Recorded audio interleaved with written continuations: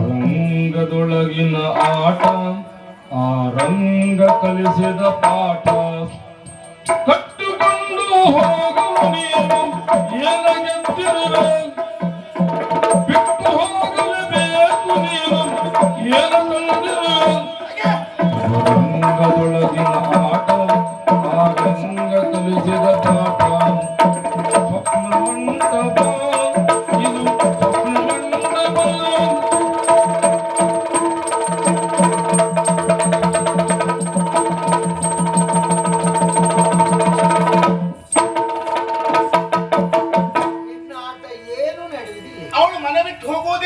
ನೀ ಇಷ್ಟು ಜೋರಿದ್ದು ಏನ್ ಪ್ರಯೋಜನ ಆಯ್ತು? ಏನಾದ್ರೂ ಮಾಡಿ ಓಡಿಸ್ಬೇಕಲ್ಲ. ಏನು ಮಾಡುವುದು ಎಂತದ್ದು ಮಾಡುದು? ಬನ್ನಿ ಬನ್ನಿ.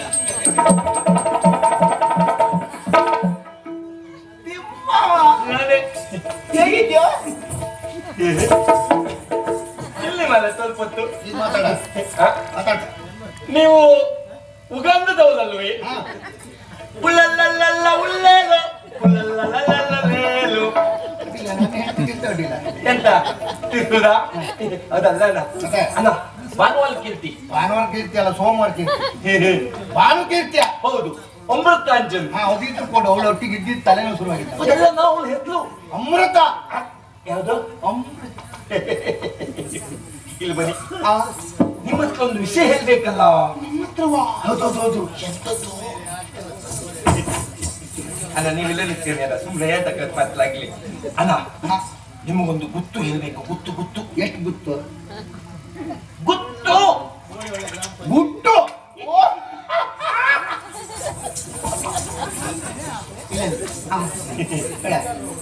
ಅಣ್ಣ ನಿಮ್ಮಿಬ್ಬರಿಗೆ ಸರಿ ಕೇಳು ಕಿವಿ ಯಾವುದು? ನಿಂಗೆ ಸರಿ ಹೇಳಿಕ್ ಬರು ಬಾಯಿ ಯಾವುದು? ಅದರಲ್ಲೇ ಹೆಲ್ಲೆ.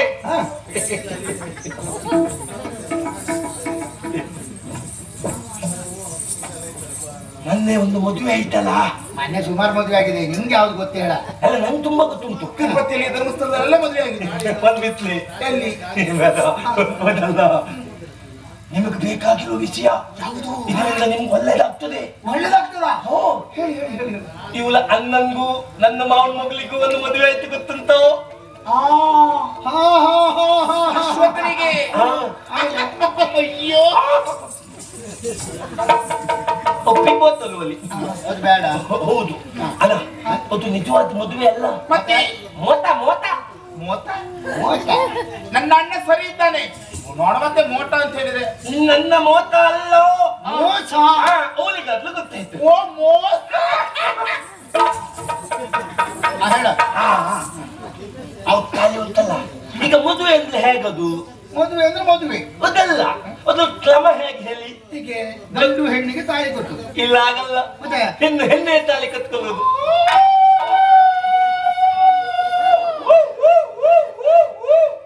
ಪರಮಾತ್ಮ ಭಗವಂತ ಹಾಯ್ಗುಳಿ ಒಂದರಾಗ್ಲೇ ಹೋಯ್ತಲ್ಲ. ನಾ ಹುಟ್ಟಿದ ಇದು ಹೌದಾ? ಈ ಸಾಲಿ ಒಂದು ನಿಜವಾದ ಮದುವೆ ಅಲ್ಲ. ನಾನು ಓದಿದ್ದೇನೆ. ಇಂಚಲ ಓಲಿಗೌಲೆ ತಾಲಿ ಕತ್ಕೊಂಡದ್ದು. ಸತ್ಯ? ನೂಲು. ಹೌದಾ? ಹೌದು. ನಿಜ ಹೇಳು. ನಿಜ ಹೇಳ್ತೆ. ನೀನು ಕಣ್ಣಾರೆ ಕಂಡಿದ್ದೀಯಾ? ಕಂದಿದ್ದೆ. ನೀನು ಕಣ್ಣಾರೆ ಕಂಡಿದ್ದೀಯಾ? ಕಣ್ಣಾಲೆ ಕಂದಿದ್ದೆ. ಅದಕ್ಕೆ ಹೇಳಿದ್ದಲ್ವೇ, ಕಣ್ಣಾಲೆ ಕಂದಲು ಆಂಬಲಿಸಿ ನೋಡು. ನೀನು ಆಂಬರಿಸುದು ಒಳಗಿಟ್ಟು. ನೋಡಿದ ನಿಮ್ಗೆ ಒಳ್ಳೆದಕ್ಕೆ ಹೇಳುವುದು ಹೇಳಿದೆ. ನೀವು ಇನ್ನೆಂತ ಆಲೋಚನೆ ಮಾಡಿ ಬಲ್ಲ.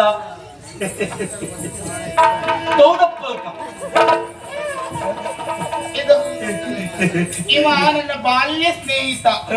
ತೊಂದ್ರೆ ಇಲ್ಲ. ನಾವು ಮದುವೆ ಆದೊಂದು ಸಾರ್ವಜನಿಕರ ಬಾವಿ ಕಟ್ಟಲು ಒಂದು ಪಡ್ಪನೆ ಇದ್ದಾಗ ಇವನಿಗೆ ಒಂದು ಕೆಲಸ ಕೊಡಿ. ನಮ್ಮಲ್ಲೇ ಇರ್ಲಿ ಇವ. ಅಣ್ಣ ನಂಗೊಂದು ಕೆಲಸ ಕೊಡಿ. ಎಲ್ಲರೂ ತಿಮ್ಮಯ್ಯ ಒಬ್ಬ ದಡ್ಡ ಪೆದ್ದ ಅಂತೆಲ್ಲ ಬೈತ್ಲು. ನೀನು ಇಲ್ಲಿ ಕೆಲಸ ಮಾಡ. ನಾ ಮಂಡಕ್ಕಿ ಮಾರ್ಕ ಬರ್ತೇನೆ.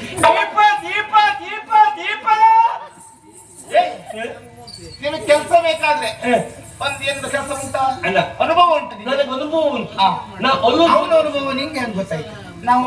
ನಾನು ಅವಳು ನೋಡುದು ಇವತ್ತ. ಅಲ್ಲ ಅದಲ್ಲ, ನನ್ ಕೆಲಸ ಮಾಡಿದ ಅನುಭವ ಉಂಟು. ಯಾವ ಕೆಲಸ ಮಾಡಿದ್ಯಾ? ನಾನು ಒಲವು ಸುಳ್ಳಿ ತಂದು ಸೇತ್ಲಿದ್ಲಲ್ಲ, ಹೆಸರಾರು ಹೇಳಿ ಸರಿ ಹೇಳಿ ಸಾಯ. ನನ್ ಬಾಯಿ ಉತ್ತರ ಅನ್ಸಲಿಲ್ಲ. ನಂಗೆ ಉತ್ತರನೇ ಬರ್ತದೆ. ಅದು ನಿನ್ ದೋಷ ಅಲ್ಲ, ಅವನ್ ತಪ್ಪಲ್ಲ. ಈ ಕುಂಟ್ರಿಗೆ ನಡು ಹುಚ್ಚು ಜೋರು, ಈ ಬಾಯಿ ಬರ್ದಿದ್ದರೆ ಮಾತಾಡ್ಬೋದು. ಹಾಗೆ ವಿಚಕ್ ಬರ್ತೇನೆ ನಾನು. ಅವಳು ಉದ್ಲಲ್ಲ ಒಳ್ಳೆಯವಳು. ಅವ್ರು ನನ್ ಕಟ್ ಹೇಳಿದ್ಲು, ತಿಮ್ಮಯ್ಯ ನೀ ದುಡಿದು ತಿನ್ಬೇಕಪ್ಪ ಅಂತ ಹೇಳಿ ಅವ್ರ ಮನೆಯಲ್ಲಿ ತೆಂಗಿನಕಾಯಿ ಸಿಪ್ಪೆ ತೆಗೆದು ಚೀಲ ತುಂಬಿಸಿ ಹೋಗು ಅಂದ್ಲು. ನೀನು ಉಳ್ತೀಯಾ? ಸಂಬಳ ಕೊಟ್ಟು ಮನೆಗೆ ಹೋದೆ. ಮಲ್ಲ ದಿನ ದೊತ್ತೆ ನಮ್ಮನೆ ಕನ್ನದಲ್ಲಿ ನಿಂತ್ಕೊಂಡು ಬಾಯಿ ಬಂದ ಕೂಗ್ತಿದ್ಲು. ಯಾಕೋ? ನಾ ತೆಂಗಿನಕಾಯಿ ಸಿಪ್ಪೆ ತೆಗೆದು ಸಿಪ್ಪೆ ಚೀಲಕ್ಕೆ ತುಂಬಿಸ್ದೆ, ತೆಂಗಿನಕಾಯಿ ಪುಲ ಮನೆ ತಗೊಂಡ್ಬಂದೆ.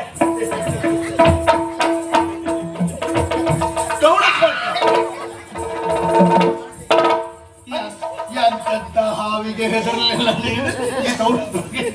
ಈ ಮಳ್ಳ ಹೇಳಿದ್ದನ್ನೆಲ್ಲ ನಾವು ನಂಬಲಿಕ್ಕೆ ಆಗುದಿಲ್ಲ. ಸತ್ಯ ಶೋಧನೆ ಮಾಡಿ ಮಾತಿನಲ್ಲೇ ಪರೀಕ್ಷೆ ಮಾಡಿ ನೋಡ್ತೇನೆ. ಹಾಗೆ ನೋಡ್ತೇನೆ.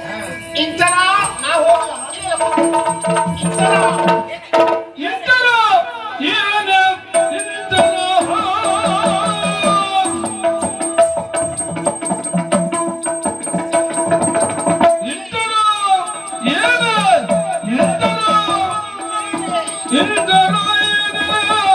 ನಿನ್ನ ವಂದನೆ ತಿಳಿದು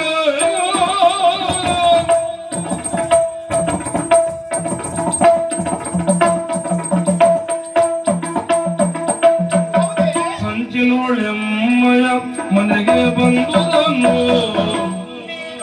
ಸಂಚಿನೋಳೆಮ್ಮಯ ಮನೆಗೆ ಬಂದುದನು ಸ್ವಪ್ನ ಮಂಟಪಯನ ಭಾಗ್ಯದ ಜ್ಯೋತಿ.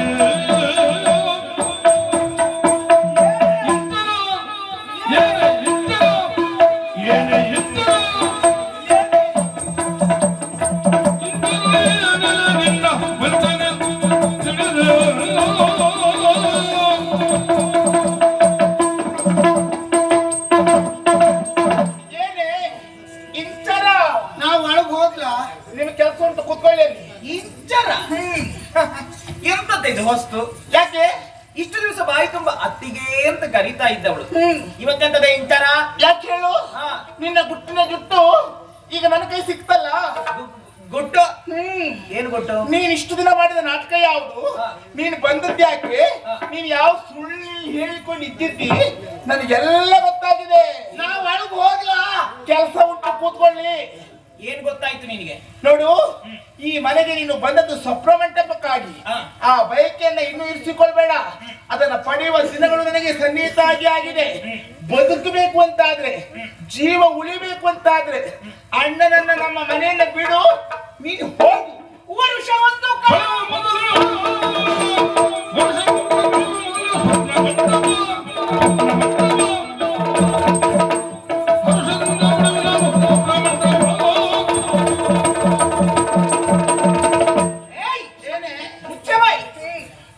ನನ್ನ ಬದುಕಿನ ಸತ್ಯ ಗೊತ್ತಾಯ್ತು ಅನ್ನೋ ಕಾರಣಕ್ಕೆ ಬೇಕಾಗಿ ನೀನು ಹಾರುವುದು ಬೇಡವೆ? ಎಂತ ಸತ್ಯ ಗೊತ್ತುಂಟೆ ನಿನಗೆ? ಏನೇ? ಹೌದೇ, ನಾನು ಸ್ವಪ್ನ ಮಂಟಪ ಪಡೆಯುವ ಉದ್ದೇಶಕ್ಕಾಗಿ ನಿನ್ನ ಅಣ್ಣನನ್ನು ಮದುವೆ ಆಗಿ ಬಂದದ್ದು. ಮತ್ತೆ ನೋಡುತ್ತಲ್ಲ, ಒಂದು ವರ್ಷ, ಒಂದೇ ವರ್ಷದಲ್ಲಿ ಸ್ವಪ್ನ ಮಂಟಪದ ಅಧಿಕಾರವನ್ನು ನಾ ಪಡೆದು, ಸಂಪೂರ್ಣ ಅಧಿಕಾರ ಪಡೆದು ನಿಮ್ಮನ್ನು ಬೀದಿಯ ಬಿಕಾರಿ ಹಾಗೆ ಮಾಡ್ಲಿಲ್ಲ. ನಾನು ಇಂಥವಲ್ಲ, ನೆನಪಿಟ್ಕೊಳ್ಳಿ.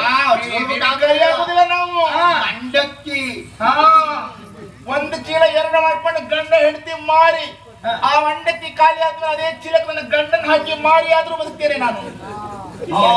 ನೀ ಅದೇ ಮಾಡ್ಲಿಕ್ಕೆ ಅಡ್ಡಿಲ್ಲ. ನೀನು ಏನು ಅಲ್ಲಿ ಆಲೋಚನೆ ಮಾಡು.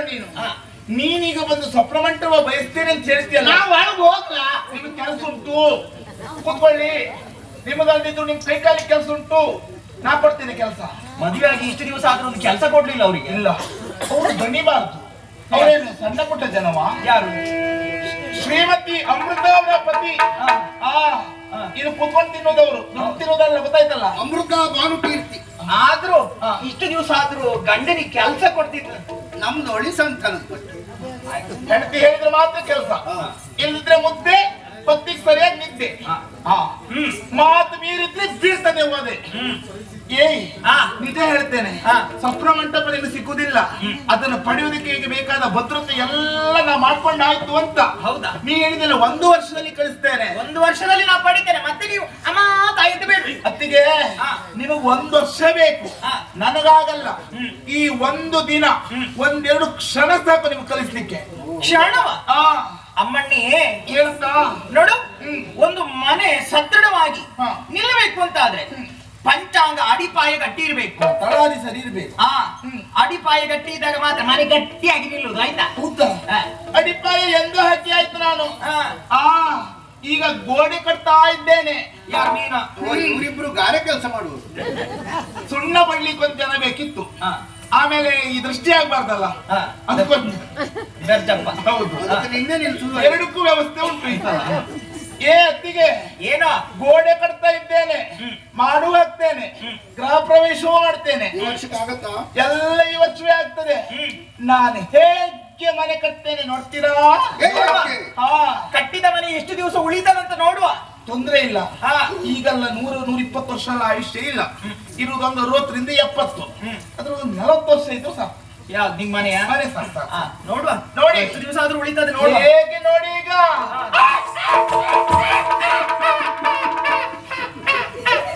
ಎಂತ ಹೇಳ್ಬೇಕಂತ ಬೇಡ, ಅದು ಅವಳ ಅಜ್ಜಿ ಜೊಕ್ಣಿ. ಹಾಗೆ ಆ ಸತ್ತವನ್ನ ಅವನು ಸತ್ರು ಒಟ್ಟೆ ಇರುವುದು. ಅವಳು ಆಚೆ ಬಂದ ಅವಳ ಅಜ್ಜ ಅಜ್ಜಿ ಒಟ್ಟಿಗೆ ಬರುದಾ? ಒಟ್ಟಿಗೆ ಅವಾಗ ಬರ್ತಾ ಇರ್ತಾರೆ. ಅತ್ತಿಗೆ, ಯಾಕಿಷ್ಟು ಹಿಂಸೆ ಮಾಡ್ತಾ ಇದ್ದೀರಿ ಮುಗ್ಧ ಬಾಲಕಿಗೆ? ಯಾರು? ಮುಗ್ಧ ಬಾಲಕಿಗೆ. ಯಾರ? ನಾನು ಅವಳೆಲ್ಲಿದ್ದು ನೋಡ್ದೆ. ಯಾರು? ಮುಗ್ಧ ಬಾಲಕಿ. ಹೆಸರು ಗೊತ್ತಿಲ್ಲ. ಬಾಲೆಯಲ್ಲಿ ಎಷ್ಟು ಚೆನ್ನಾಗಿ ಅಭಿನಯ ಮಾಡ್ತೀಯ. ನಿಜವಾಗಿ ಹೇಳ್ಬೇಕಾ, ನಿನಗೊಂದು ಪ್ರಶಸ್ತಿ ಕೊಡ್ಬೇಕು. ಯಾವುದು? ಅಭಿನಯ ಶಾರದೆಯನ್ನು ಪ್ರಶಸ್ತಿ ಕೊಡ್ಬೇಕು ನಿನಗೆ. ಹೌದನ್ನು ಬಾಕಿ ಇತ್ತು. ನೀವು ಈಗ ಹೇಳೋದಂತದೆ, ಆವಾಗಲೂ ಹೇಳ್ಬೇಕಿತ್ತು. ಅದು ಒಂದು ಮುಕ್ತಿ ಹೋಗಿ. ನೀನು ಸತ್ಯ ಹೇಳು, ಈ ನಾಟಕ ಯಾವ ಮಂಡಳಿಯಲ್ಲಿ ಕಲಿತೆ ನೀನು? ಇದು ಸ್ವಯಾರ್ಜಿತ. ಹಾಗೆ ಒಳಗಿಂದ ಬರುವುದು. ಪಿತ್ರಾರ್ಜಿತ ಬೇರೆ ಉಂಟ ಇನ್ನು? ಬೇರೆ ಉಂಟು. ಅದು ರೋಗ. ನನಗೆ ಮಾತ್ರ ಅಲ್ಲ, ನನ್ನ ಗಂಡನಿಗೂ ಹೆಂಗಸರು ಮಾತ್ರ ನಮ್ಗೆ ನನ್ನ ಗಂಡನಿಗೂ ಹೊಡೆದು ಹಿಂಸೆ ಮಾಡ್ತಾ ಇದೆಯಲ್ಲ. ಅವ್ರೇನ್ ಮಾಡಿದ್ದಾರೆ? ಯಾರು? ಪಾಪ ಮದುವೆಯಾಗಿ ಒಂದ್ ಕಡೆ ಇದ್ದಾರೆ ಸುಮ್ಮನೆ. ನಿನಗೆ ಅಂತ ಮೇಲ್ಮನೆ ಸಂಪೂರ್ಣ ಬಿದ್ದೋಗಿದೆ ನಿನಗೆ. ಯಾಕೆ? ಮತ್ತೆ ನಾನಿಲ್ಲಿ ನಿನ್ನ ಗಂಡನಿಗೆ ಹೊಡೆದದ್ದು. ಅವ್ರು ಒಳ್ಳೆ ರಾಗ ಹೇಳ್ತಾ ಇದ್ದೆ. ಮತ್ತೆ ಹೆಂಡತಿ ಮನೆಯಲ್ಲಿ ಎಷ್ಟು ನೋವು ಉಂಡಿದ್ದಾರೆ ನನ್ನ ಗಂಡ ನನಗೆ ಗೊತ್ತುಂಟು. ನೀನ್ ಎಷ್ಟು ನೋವು ಕೊಟ್ಟಿದ್ದಿ ನನಗೆ ಗೊತ್ತುಂಟು. ನಾನು ಕಾಣ್ತಾ ಇದ್ದೇನೆ. ಯಾವಾಗ ಪಡ್ತಲ್ಲ ನಿಮ್ಗೆ? ಅಣ್ಣಗೆ ನಾನು ನಿಮ್ಗೆ ಹೊಡ್ತನ? ಇಲ್ಲಪ್ಪ ಚಪ. ನೀವು ಪೆಟ್ಟು ತಿಂದಿದ್ದಾದ್ರು ಸ್ವಲ್ಪ. ಆ ಪಾಟಿ ಹೊಡಿತಾ ಇದ್ದಲ್ಲ ನಿಮಗೆ. ನಿನಗೆ ಅಂತ ಎಲ್ಲಿ ಬಿದ್ದು ಮಂಡೆ ಪೆಟ್ಟಾಯ್ತು. ಯಾಕೆ? ಮಾಡಿಲ್ಲ. ಅಯ್ಯೋ, ಅಷ್ಟು ಹೊಡಿತಾ ಇದ್ದಾಳೆ. ಯಾರಿಗೆ? ನಿಮಗೆ. ನಾನು ಹೊಡಿಲಿಲ್ಲ. ಹೊಡೆದಿದ್ದಾಳೆ. ಹೊಡಿಲಿಲ್ಲ. ಹೊಡೆಯುವುದು ಮಾತ್ರ ಅಲ್ಲ. ನೋಡು, ಅಣ್ಣಯ್ಯ ಯಾವತ್ತೂ ಸುಳ್ಳು ಹೇಳುವುದಿಲ್ಲ, ಅವರು ಸತ್ಯವೇ ಹೇಳುವುದು. ಅಲ್ಲ? ಮತ್ತೆ ನಿಜವಾಗಿ ಸತ್ಯ ಹರಿಶ್ಚಂದ್ರ ಅವರು. ಮೊಮ್ಮಗ ಅದೇ ತುಂಡಿದ. ಹೌದು. ನಾನು ಸತ್ತೋದ್ ಬೆನ್ನಿಗೆ ಹುಟ್ಟದ್. ಅದೇ ಬೂದಿಯಲ್ಲಿ ನೆನೆಸಿದ್ದು ಆವಿರ್ಭವಿಸಿದ್ದು. ಅವಳು ನಿಮ್ ಕೈ ಮುರಿದು ಹಾಕಿದ್ದಾಳೆ. ಹೊಡೆದು ಹೆದ್ರಿಕೆ ನಂಗೆ ಹೊಡೆದು ಕೊಚ್ಚಿ ಕುತ್ತಿಗೆ ಬಯಸ್ತೀನಿ. ಮತ್ತೆ ಹಾಕೊಳ್ಳಿ ನೀ. ಕೈ ಮುರಿದು ಹಾಕಿದ್ದಾಳೆ. ಇಲ್ಲಪ್ಪ ಸರಿ ಉಂಟಲ್ಲ. ಕೈ ಮುರ್ದಿದ್ದಾಳೆ.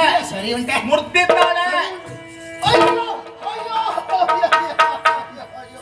ಅಯ್ಯೋ ನನ್ನ ಕೈ ಮುರಿದು ಹಾಕಿ ಸತ್. ಅಣ್ಣಯ್ಯ, ಓ ನಿಮ್ದು ಯಾವ ಕಟ್ಟು? ಹೊಳಿ ಸತ್ತ. ಈಗ ಬಿಡಿಸ್ತೇನೆ ನಿಮ್ಮ ಮುಳಿ ಕಟ್ಟು. ಓಯ್, ಅವಳು ನಿಮ್ ಕೈ ಮಾತ್ರ ಅಲ್ಲ, ಮತ್ತೆ ನಿಮ್ ಕಾಲು ಮುರಿದಿದ್ದಾಳೆ. ಇಲ್ಲವೇ? ಮುರ್ದಿದ್ದಾಳೆ. ಇಲ್ಲ, ಮುರ್ದಿದ್ದಾಳೆ. ಹೌದು ಹೌದು. ಇಲ್ದಿರೋದು ಮುರ್ಸಾಯ್ತಾಳೆ. ಮುರಿದಿದ್ದಾಳೆ. ಅಣ್ಣಯ್ಯ, ನಿಮ್ದು ಯಾವ ಕಟ್ಟು? ಹೊಳಿ ಸತ್ತ ಕಟ್ಟು. ಈಗ ನಿಮ್ಮ ಸಂಧಿ ಕಟ್ಟೆಲ್ಲ ಬಿಡಿಸ್ತೇನೆ ನೋಡಿ. ಅಲ್ಲ, ಕೈ ಮುರಿದಿದ್ದಾಳೆ, ಕಾಲು ಮುರಿದಿದ್ದಾಳೆ. ಬೇಗ ಹೇಳು ಸಾಯ. ಹೊಡಿತಾ ಇದ್ದಾರೆ ಈ ರೀತಿ ಅಂತ ಹೇಳುವುದು. ಅಯ್ಯಪ್ಪ, ಹೊಡಿಬೇಡಿಯಪ್ಪ, ನೋವಾಗ್ತದೆ, ಹೊಡಿಬೇಡಿಯಪ್ಪ. ಅಂತೂ ಮಾಡು, ಸಾಧಾರಣ ಆಯ್ತು. ಇನ್ನು ಉಳಿದದ್ದು ಗೊತ್ತಾ? ಯಾವುದು? ಗೃಹ ಪ್ರವೇಶ. ಬೇಗ ಹೇಳು ಸಾಯ. ಹೇಳ್ತೇನೆ, ಹೇಗೆ ಮಾಡ್ತೇನೆ ನೋಡಿ ಗೃಹ ಪ್ರವೇಶ. ಅಣ್ಣ,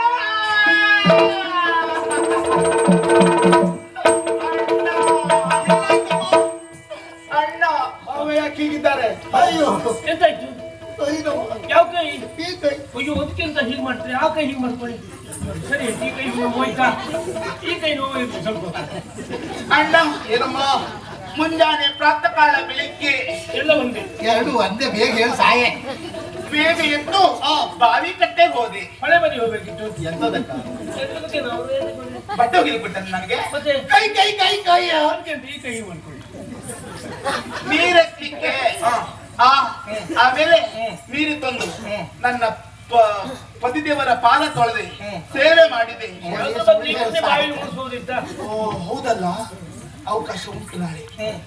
ಅಣ್ಣ ಏನು ಇಷ್ಟ ಆದ್ಮೇಲೆ ನಾನು ಯೋಚನೆ ಮಾಡಿದ್ದು ಯಾವುದು, ಹೆಣ್ಣಾಗಿರುವಂತ ನಾನು ಪತಿ ಸೇವೆಯನ್ನು ಎಷ್ಟು ಚೆನ್ನಾಗಿ ಮಾಡ್ತಾ ಇದ್ದೇನೆ. ಹಗಲಿರುಳು ಅವರ ಸೇವೆಯಲ್ಲಿ ನಿರತರಾಗಿದ್ದೇನೆ ನಾನು. ಏನ್ ಸುಳ್ಳು ಹೇಳಿ ಸಾಯ್ತಾರೆ. ಆ ಸೇವೆಯನ್ನ ಇನ್ನೊಬ್ಬರು ಹೆಂಗಸರು ತಿಳಿಬೇಕು. ಅದ್ಕೆಂತ ಹೀಗೆ ಮಾಡ್ಕೊಳ್ಳಿ.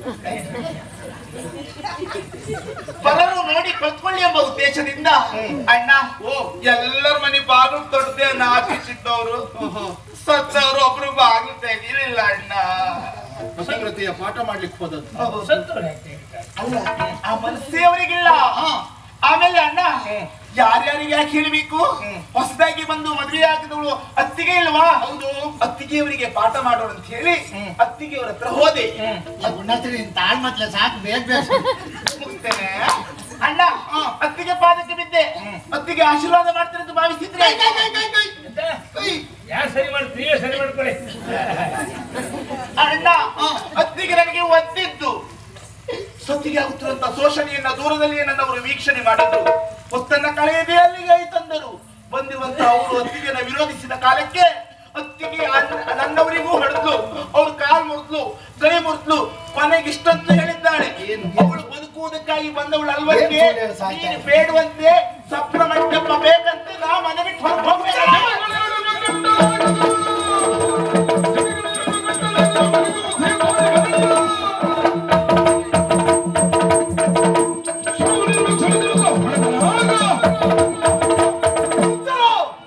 ಮನೆಯನ್ನ ಬೆಳಗುವುದಕ್ಕೆ ಬಂದ ಸೌಭಾಗ್ಯ ಲಕ್ಷ್ಮಿ ನೀನು ಅಂತ ಭಾವಿಸಿದ್ದೆ. ಆದ್ರೆ ಇವತ್ತು ಗೊತ್ತಾಯ್ತು ನೀನು ದರಿದ್ರ ಲಕ್ಷ್ಮಿ ಅಂತ.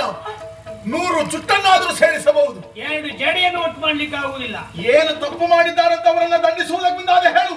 ಯಾಕೆ ಸ್ವಾಮಿ ಇಷ್ಟು ಗದರಿಸ್ತಾ ಇದ್ದೀರಿ? ಏನು ಗದರಿಸದೆ?